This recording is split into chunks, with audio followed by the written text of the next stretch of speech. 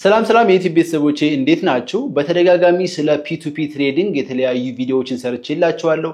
ባይቢት ላይ እንዴት P2P ትሬድ እንደምታደርጉ፣ ቴሌግራም ዋሌት ላይ እንዴት እንደምታደርጉ፣ እንዲሁም ባይናንስ ላይ እንዴት P2P ትሬድ እንደምታደርጉ ዝርዝር ቪዲዮዎችን ሰርቼላችሁ አውቃለሁ። ነገር ግን ኮሜንት ሴክሽኑን ለማየት እንደሞከርኩት አብዛኛው ሰው P2P ትሬድ ማድረግ ምን ማለት እንደሆነ በጣም መሰረታዊ የሆነው ሐሳብ አልገባውምና ዛሬ በዚህ ቪዲዮ በጣም ቀለል አድርጌ መሰረታዊ ሐሳቡ ምን እንደሆነ ነግራችኋለሁ።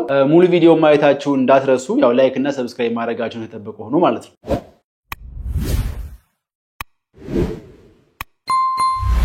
የመጀመሪያው መሰረታዊ ሐሳብ P2P ፐርሰን ቱ ፐርሰን ወይም ደግሞ ፒር ቱ ፒር የሚሉታል አንዳንዶቹ ሁለት የማይተዋወቁ ሰዎች ክሪፕቶ እርስ በርሳቸው የሚገበያዩበት መንገድ ሲሆን ይህንንም የሚያሳልጠው የሚገበያዩበት ኤክስቼንጅ ነው። ስለዚህ ሁለት የተለያዩ ቦታ ያሉ ሰዎች በፊያት ከረንሲ ወይም ደግሞ በኢትዮጵያ ብር ሊሆን ይችላል፣ በዶላር ሊሆን ይችላል፣ በየትኛውም የመገበያያ ገንዘብ ወደ አካውንታቸው ብር በማስገባት በምትኩ ክሪፕቶ የሚገዙበት ወይም ደግሞ የሚሸጡበት መንገድ ነው። እዚህ ጋር መታወቅ ያለበት ነገር ማንኛውም የሆነ ኤክስቼንጅ ተጠቃሚ ሰው P2P ላይ የፈለገውን ክሪፕቶ መግዛት ወይም ደግሞ መሸጥ ይችላል። ለምሳሌ ማንኛውም ባይቢት ኤክስቼንጅ የሚጠቀም ሰው አካውንት ከፍቶ KYC ቬሪፋይ ካደረገ P2P ላይ ገብቶ የፈለገውን ክሪፕቶ መሸጥም መግዛትም ይችላል። ስለዚህ ከአድቨርታይዘሮች ላይ ለመግዛት ወይም ደግሞ ለመሸጥ መጀመሪያ የሚጠይቀው ምንም አይነት ፕሪኮንዲሽን የለም። KYC ቬሪፋይ ካደረጋችሁና እንዴት P2P ላይ መግዛት ወይም ደግሞ መሸጥ እንደሚቻል ካወቃችሁ በቂ ነው። ነገር ግን እናንተ P2P ላይ አድቨርታይዘር ሆናችሁ ለመመዝገብ መጀመሪያ ማሟላት ያለባችሁ የተለያዩ ቅድመ ሁኔታዎች አሉ። እነዚህን ቅድመ ሁኔታዎች በዝርዝር እንመለከታቸዋለን። አሁን ያልኳችሁ ነገር በግልጽ አማርኛ እንዲገባችሁ አንድ ምሳሌ ልስጣችሁ። ለምሳሌ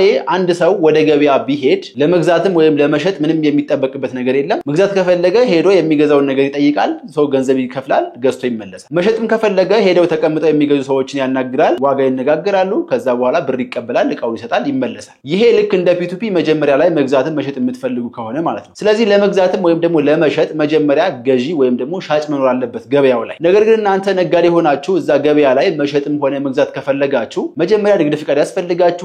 ያላችሁ መጠን ምናምን መታወቅ ስላለበት ፍቃድ ያስፈልጋችኋል። ማሟላት ያለባችሁ ፕሪኮንዲሽን ይኖራል ማለት ነው። ለምሳሌ እኔ የመርካቶ ነጋዴ ብሆን መጀመሪያ ሱቅ ሊኖረኝ ይገባል። ስለዚህ ሻጭ ከሆንኩ እዛ ሱቁ ላይ ቁጭ ብዬ ገዢዎች እስኪመጡ ጠብቃለሁ። ገዢዎች ሲመጡ እነጋገርና እቃዬን እሸጣለሁ ማለት ነው። በተመሳሳይ ገዢም ከሆንኩ ሻጭ እስኪመጣ መጠበቅ አለብኝ። ሲመጣ ዋጋውን እነጋገራለን፣ እንገበያያለን ማለት ነው። ስለዚህ ቅድም የነገርኳችሁ የፒቲፒ ኮንሴፕት ማለት ይሄ ነው። እናንተ ኖርማል ገዢ ወይም ሻጭ ከሆናችሁ ምንም የሚጠበቅባችሁ ነገር የለም። ጀስት ሄዳችሁ ተገበያይታችሁ መመለስ ብቻ ነው። ነገር ግን ነጋዴ ሆናችሁ P2P ማርኬቱ ላይ መቀመጥ የምትፈልጉ ከሆነ ግን ማሟላት ያለባችሁ አንዳንድ ፕሪኮንዲሽኖች አሉ። እነዛ ምን እንደሆኑ አሁን በዝርዝር ላሳያችሁ። የባይቢት ኤክስቼንጅ ከከፈታችሁ በኋላ እዚህ ጋር P2P ብላችሁ ሰርች ታደርጋላችሁ። ከዛ P2P ትሬዲንግ ዜሮ ፊስ የሚለውን ይሄን ትከፍታላችሁ። እዚህ ጋር የተዘረዘሩ የተለያዩ ሰዎች አሉ። መግዛት ከፈለጋችሁ እዚህ ጋር ባይ የሚለውን ከነካችሁ በኋላ እንደዚህ ክሊክ እያደረጋችሁ ባይ ማድረግ ትችላላችሁ። ነገር ግን እዚህ ጋር ማስተዋል ያለባችሁ ኢሊጂብል የሚሉ አሉ። ለምሳሌ ይሄ ሁለተኛው ኢሊጂብል ነው። ክሊክ እያደረጋችሁ ሌሎችንም እንደዚህ ያያችሁ ለምን ኢሊጂብል እንደሆኑና ሲስተሙ ራሱ ለምን እንዳስወጣቸው እዚህ ጋር ቼክ ማድረግ ትችላላችሁ። ለምሳሌ አትሊስት 5 ኦርደር ኢን ዘ ፓስት 30 ዴይስ ስለሌለው ይሄ ሰው ኢሊጂብል ሆኗል። ሌሎች ግን አክቲቭ ናቸው። ከነሱ ውስጥ እየመረጣችሁ መግዛት ትችላላችሁ። አንዱን ትሬደር ከሌላው ትሬደር እንዴት እንመርጣለን፣ ትራንዛክሽኑ እንዴት መሆን አለበት፣ ክፍያውስ ምናምን የሚለውን ከዚህ በፊት ዝርዝር ቪዲዮ ስለሰራው እዚህ ቪዲዮ ላይ ገብታችሁ ቼክ ማድረግ ትችላላችሁ። እናንተ መሸጥም ከፈለጋችሁ ጀስት ይሄን ሴል የሚለውን ትነኩና በተመሳሳይ የተዘረዘሩ ሰዎች አሉ። ክሊክ አድርጋችሁ አንዱን በመምረጥ የፈለጋችሁትን ክሪፕቶ መሸጥ ትችላላችሁ ማለት ነው። ነገር ግን እናንተ እዚህ ጋር እንዳያችሁት እንደነዚህ ሰዎች ማለት ነው ሆናችሁ መመዝገብ ከፈለጋችሁ ወይም ትሬደር መሆን ከፈለጋችሁ እዚህ ጋር አድስ የሚለውን ክሊክ ታድርጉና ፖስት ናው የሚለውን ክሊክ ታደርጋላችሁ። ፖስት ናው የሚለውን ክሊክ ታደርጉ አንሎክ ትራያል አፕላይ ነውና ያው ካንስል የሚላለ አንሎክ ትራያል የሚለው ያው ትራያል ቼክ ማድረግ ከፈለጋችሁ ነው። ይሄን ክሊክ ስታደርጉ ምን እንደማሟላት እንዳለባችሁ እዚህ ጋር ያሳያችኋል። የመጀመሪያ ማሟላት ያለባችሁ ነገር ቢያንስ በ30 ቀን ውስጥ 80% እና ከዛ በላይ ኮምፓይሌሽን ሬት ሊኖራችሁ ይገባል። ሌላኛው ደግሞ ቢያንስ አንድ ኮምፕሊት ኦርደር ሊኖራችሁ ይገባል። ለምሳሌ 3 ትሬድ አድርጋችሁ ከ3 ውስጥ በተለያየ ምክንያት ሁለቱ ፌል ቢያደርግ አትሊስት አንድ ትክክለኛ ኮምፕሊትድ ኦርደር ሊኖራችሁ ይገባል ማለት ነው። ሌላኛው ናምበር ኦፍ ካውንተር ፒስ ከአንድ በላይ መሆን አለበት የሚለው ነው። ይሄንን የምታሟሉ ከሆነ ትራይ ናው የሚለው አክቲቭ ይሆንላችኋል። ትራያል ኦርደራችሁን ቼክ ማድረግ ትችላላችሁ። አፕላይ ናው የሚለውን ክሊክ ስታደርጉ 3 አይነት የአድቨርታይዝመንት ታይፖች አሉ። የመጀመሪያው ጀነራል አድቨርታይዘር ነው። ሁለተኛው ቬሪፋይድ አድቨርታይዘር እና ሶስተኛው ደግሞ ብሎክ አድቨርታይዘር የሚባል። ጀነራል አድቨርታይዘር ስትሆኑ ማሟላት ያለባችሁ ነገር አለ። ቬሪፋይድ ስትሆኑ እንዲሁም ብሎክ ስትሆኑ ማሟላት ያለባችሁ የተለያዩ ቅድመ ሁኔታዎች አሉ።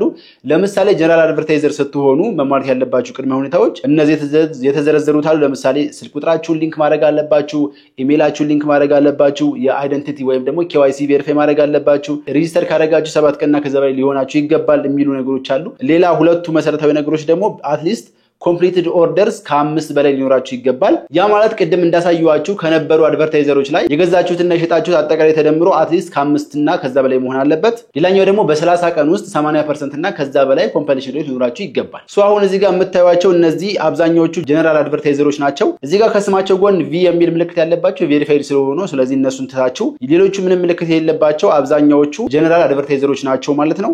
ሌላኛው ቬሪፋይድ አድቨርታይዘሮች ናቸው። ቬሪፋይድ አድቨርታይዘር ማለት ከጀነራል አድቨርታይዘር አንድ ስቴፕ ከፍ ስትሉ ማለት ነው። እሱ ጋር ለመግባት ማሟላት ያለባችሁ ቅድመ ሁኔታዎች ከፍ ይላሉ። ለምሳሌ በ30 ቀን ውስጥ 95% እና ከዛ በላይ ኮምፕሊሽን ሬት ሊኖራችሁ ይገባል። የቅድሙ 80% ነበረ፣ እዚህ ጋር ግን 95% መሆን አለበት። አጠቃላይ ኦቨርኦል ሬቲንጋችሁ ከ98% እና ከዛ በላይ መሆን አለበት። 80 እና ከዛ በላይ ኮምፕሊትድ ኦርደርስ ሊኖራችሁ ይገባል። ዘ አቨሬጅ ኮይን ሪሊዝ ታይም ኢዝ አንደር 25%። ሰዎች ከናንተ ገዝተው ወይም ሴለር ሆናችሁ ፔመንት ገብቶላችሁ ኮይን ሪሊዝ ስታረጉ 25 ደቂቃ እና ከዛ በታች መሆን አለበት።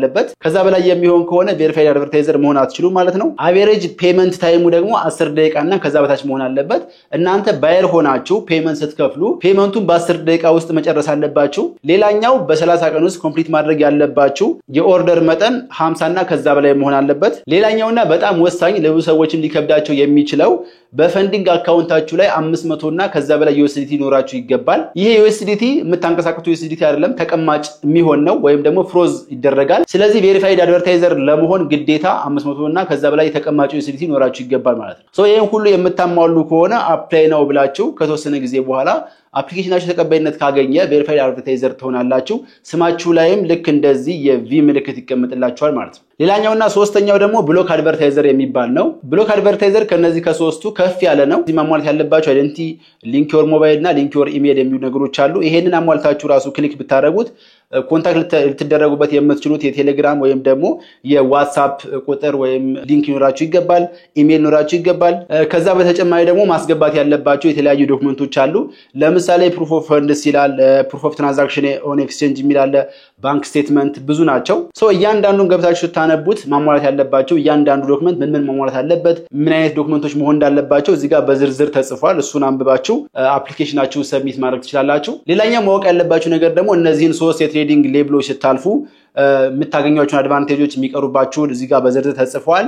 ለምሳሌ ጀነራል አድቨርታይዘር ስትሆኑ፣ ቬሪፋይድ አድቨርታይዘር ስትሆኑ፣ ብሎክ አድቨርታይዘር ስትሆኑ ቴብል ጋር እንደምትመለከቱት ናምበር ኦፍ ባየርስ ለምሳሌ ከ1 እስከ 3 አለ። ቬሪፋይድ ስትሆኑ 4፣ ብሎክ አድቨርታይዘር ስትሆኑ 8 እያለ ይቀጥላል። ሌላ ደግሞ ሊሚት አለው። ለምሳሌ ጀነራል አድቨርታይዘር ከሆናችሁ እስከ 20,000፣ ቬሪፋይድ ስትሆኑ እስከ 50,000 እንዲሁም ብሎክ አድቨርታይዘር ስትሆኑ እስከ 200,000 USDT ትራንዛክሽን እንትን ማለት ትችላላችሁ እያለ ብዙ ነገሮች አሉ፣ ዝርዝር ነገሮች።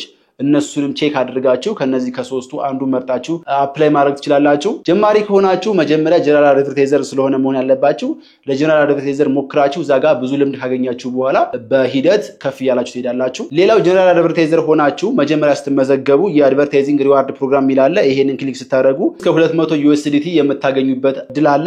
እሱን ጆይን ብላችሁ የእድሉ ተሳታፊ መሆን ትችላላችሁ። መሰረታዊ ነገሩን በተወሰነ ደረጃ አንደርስታንድ ያደርጋችሁ ይመስለኛል። አሁንም ያልተመለሰላችሁ ጥያቄ ካለ ኮሜንት ላይ መጻፍ ትችላላችሁ። በተሻለ መጠን ለመመለስ እሞክራለሁ። በተረፈ ላይክ እና ሰብስክራይብ ማድረጋችሁ እንዳትረሱ። ይመቻችሁ።